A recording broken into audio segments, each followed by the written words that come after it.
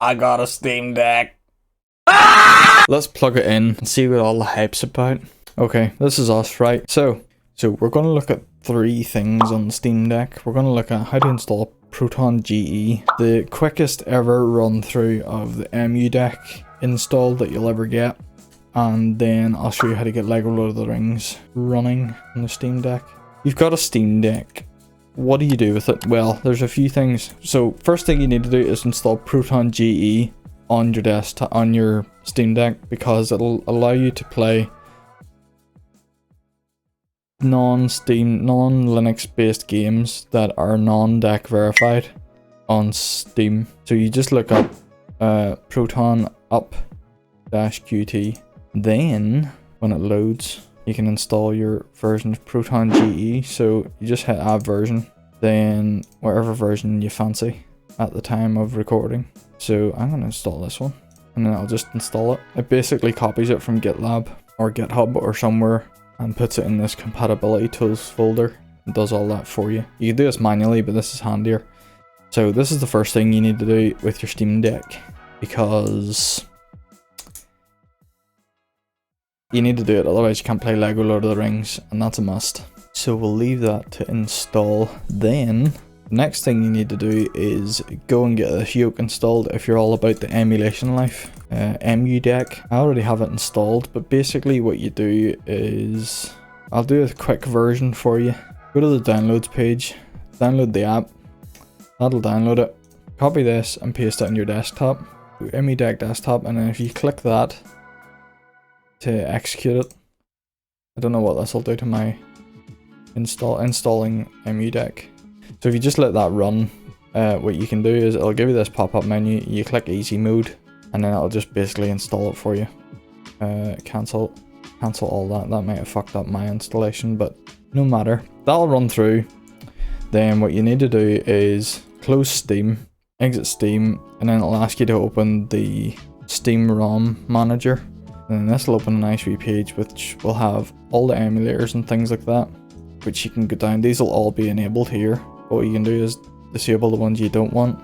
Don't worry about any of this other stuff. All you need to worry about is disable the emulators you don't want to use. Then go to preview, hit generate app list, and I'll go through and get all the app images and things like that for your games and emulators. And this will run through loads of different pages to try and download them. Then once all that's done, you'll know, because this will be at 0. This will disappear whenever it's done. And then what you do is you hit save app list, and you'll know that's done because you'll go in here and it'll tell you if it's done or not, and it'll just say done. This is a really quick version. There are other tutorials on this, which is why I'm not doing it quickly, or which is why I'm not doing it thoroughly. Whenever this is done, hit save app list. Then all you need to do is boot up Steam. So if I go and close that, close this, and then boot up Steam, if it's going to connect, it is going to connect, and then your games will be in your library. Yeah, so that's basically how you get Emudeck up and running. Well, that's how I did it. To go back to Proton, once you've got your Proton layer installed, if you open Steam, which it will do, then let's look at Lego Lord of the Rings for an example, because this is one I was trying to get running last night. If you get down Unsupported, right? It's unsupported officially, but with Proton GE you can get it running. So what I had to do for this game, for example, is I had to go down here. I'll better scroll down because my big face is in the way. Properties, compatibility, then forced to use compatibility layer, and then I can't remember which one I used. I think it was, I'm going to leave it at this one. Yeah, I'm going to leave it at this one. Then try and boot it up. Now, it may not boot up, but that's fine. What you then need to do is go to, right click on it again, browse local files. Then what you need to do is, or what I had to do, and this, I got this off Proton DB guide.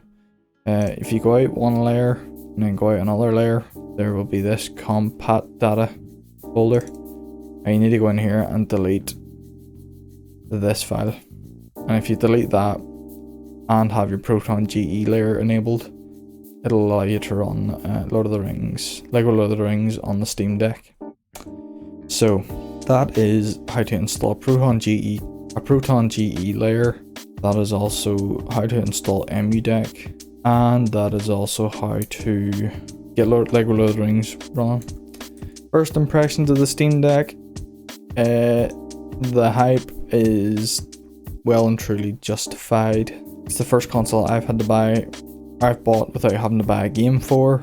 It's probably one of the most open source consoles, you could say, like mainstream consoles. It's not even a console, it's a computer. Like, I'm on a computer right now, but in terms of gaming, it's well worth the money. Like, there's a couple of gaming Linux distros that I've been suggested to look at, so I'll have to look at them, and I'll compare them to Pop! OS and Garuda, and I'll do a comparison between the four of them and see what the differences are, because one of them looks amazing. So yeah, stay tuned for that. And on that note, alright, bye.